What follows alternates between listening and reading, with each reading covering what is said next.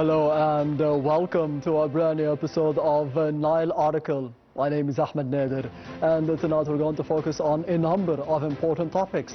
One of them is the growing Egyptian influence in the African continent on the political level, as we did see after the June 30th revolution and under the tenure of His Excellency President Abdel Fattah al-Sisi, how things have stepped up, how we have developed the bilateral ties once again between Egypt and Africa on the economic front as well.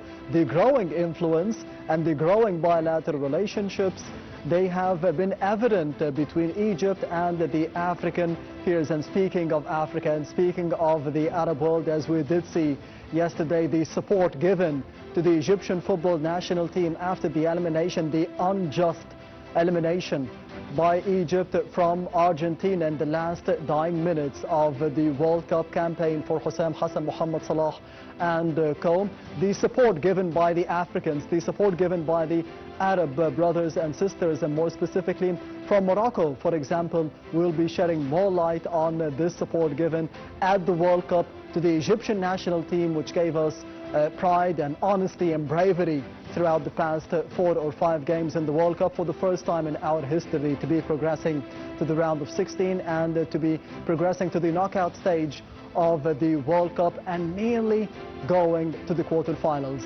More details during the course of the episode of Nile Article for tonight. Stay tuned.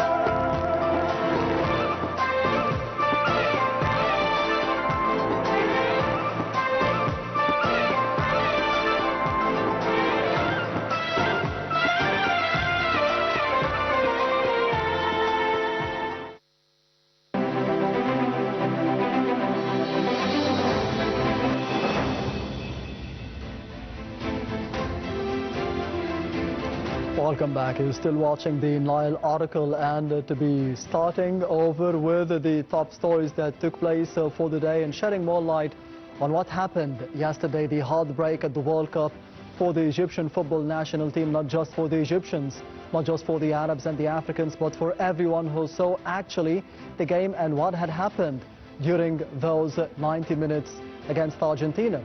We'll be starting with Egypt hailing the global fan power as the diaspora helps fuel the historic World Cup run. That is the main headline and the first top story for tonight, as the Ministry of Foreign Affairs, Immigration and the Egyptian expatriates praised the Egyptian communities worldwide, especially in the United States and Canada, for the outstanding support of the national football team throughout the 2026 FIFA World Cup. The ministry said that the remarkable turnout and the exemplary sportsmanship reflected the deep patriotism of the Egyptians abroad, portraying them as true ambassadors of the homeland and partners in strengthening the Egyptian global image. It also commended the national team's outstanding performances, discipline and determination, culminating in the historic first ever qualification for the round of 16, and achieving that underscores the steady progress of the Egyptian football and the nation's growing ability to compete on the world's biggest sporting stage.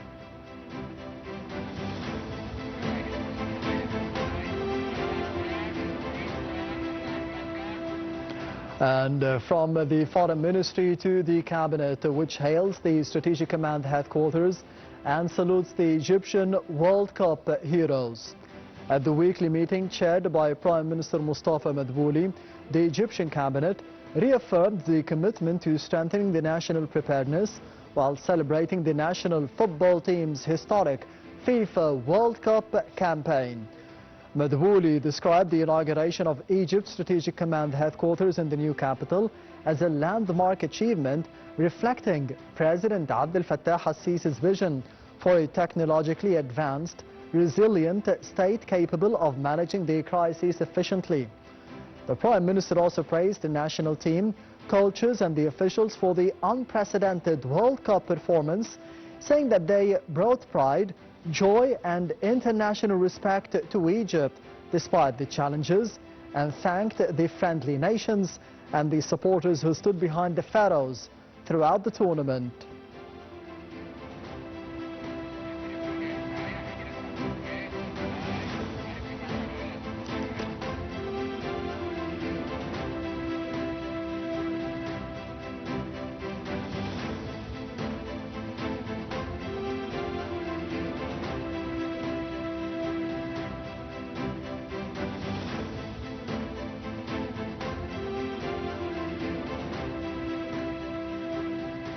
And to be shedding more light on the importance of the inauguration under President Abdel Fattah al-Sisi of the State Strategic Command at the new capital, the Octagon. I'm honored to be having with me over the phone Major General Osama Kabeer, the advisor and the consultant at the Command and Staff College. Thank you very much for being with us tonight on the Nile article, Major General Kabeer.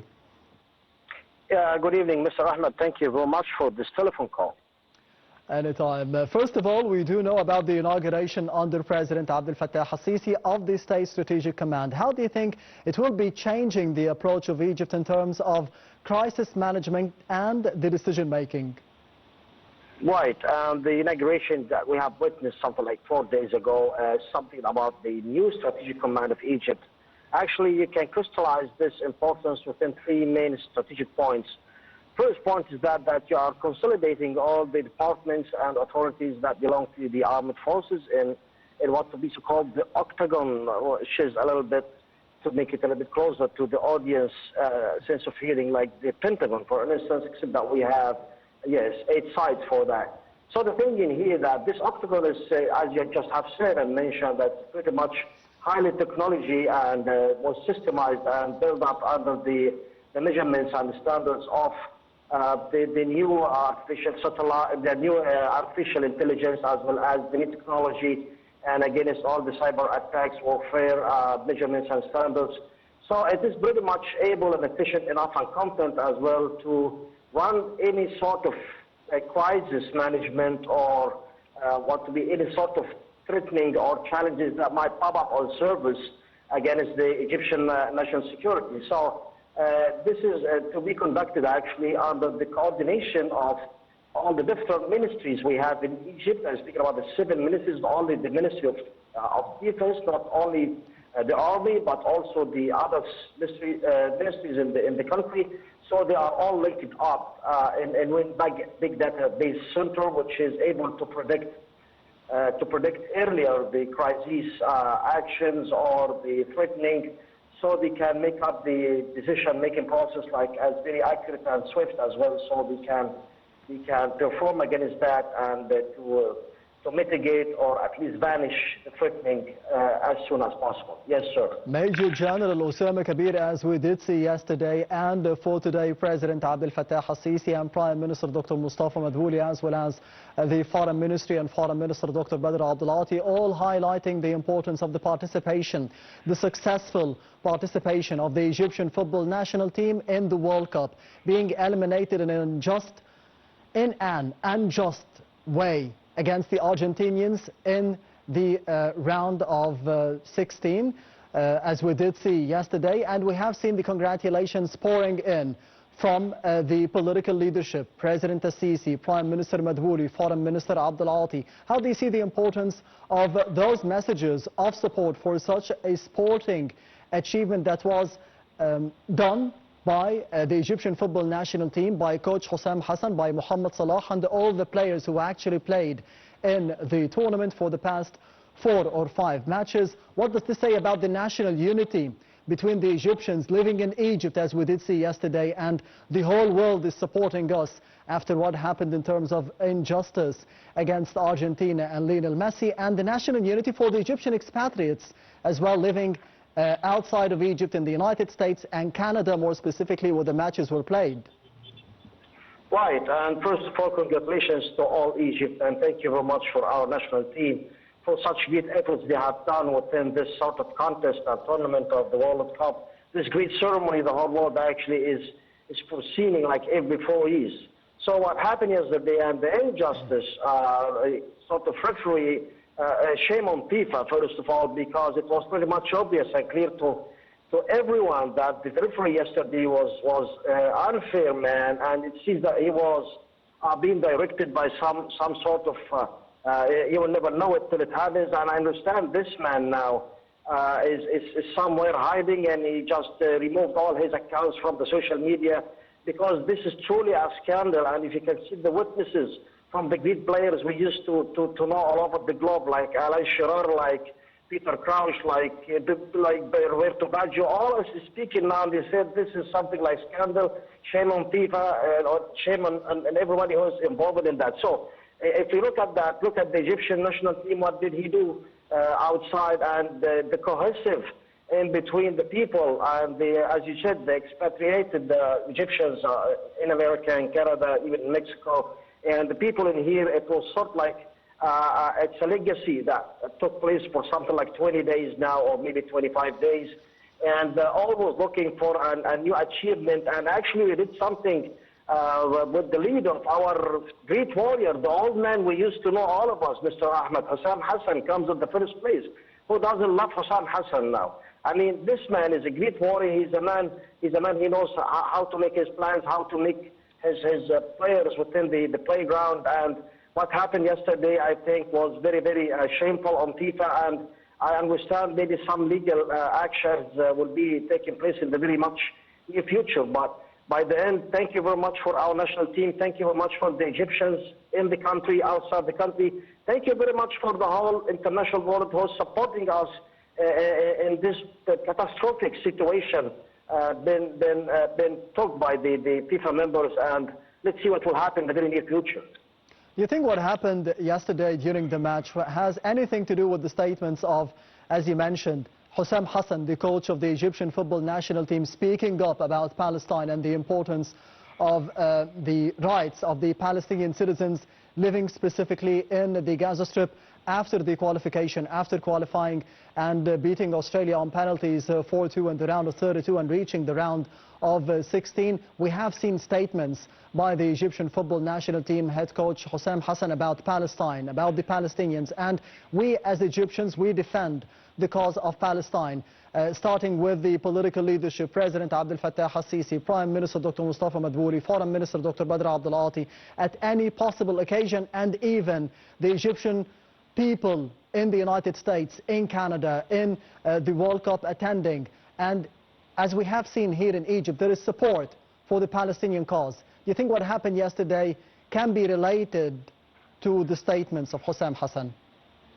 You know, Mr. Nader, you have all the right to think this way, as too many people in and outside Egypt. I myself would think about that in the beginning, but it seems, yes, Osama Hassan, he raised up the Palestinian flag in the second match or third match we had against Australia, and after that, in the conference he held, like, he started speaking about what's happening in Gaza and said, shame on the international community actually to give a side of that, and we need to give much better look to the people there. We understand that, but it seems also something also is pretty much important due to the what to be so-called the publications, the advertisements, the sector of business. So here in the Argentinian, the team actually is under the bargaining or office bargaining actually around the world is seen that with the Messi, you know, the media and stuff like that. I would say it belongs much more even to the sector of international business, other than that Osama Hassan spoke about the scourge and catastrophe that took place in Gaza. However, still we have this as a big factor. It could be, yes, but even though if I would say if nothing is going on in Gaza, if that catastrophe wouldn't take place the last 3 years, also something wrong would happen, because it seems like this thing is repeated like in too many the matches around the last 50 years, and there are too many examples for that. And sometimes you need to put the big team or the much more even international team like Argentina. They have held the World Cup 3 times before. I would say it belongs to the business sector, but yes, what Osama Hassan did, thank you very much for his speech, for his feelings to the Gaza people, but I would say it's business, much more even policy. Yes, marketing and money as usual, and we have seen that in the game for the USA and Belgium, but they lost against Belgium 4-1 after the call of the US President Donald Trump. Major General Osama Kabeer, the advisor at the Command and Staff College, thank you very much for being with us tonight on the Nile article. Thank you, sir. Anytime.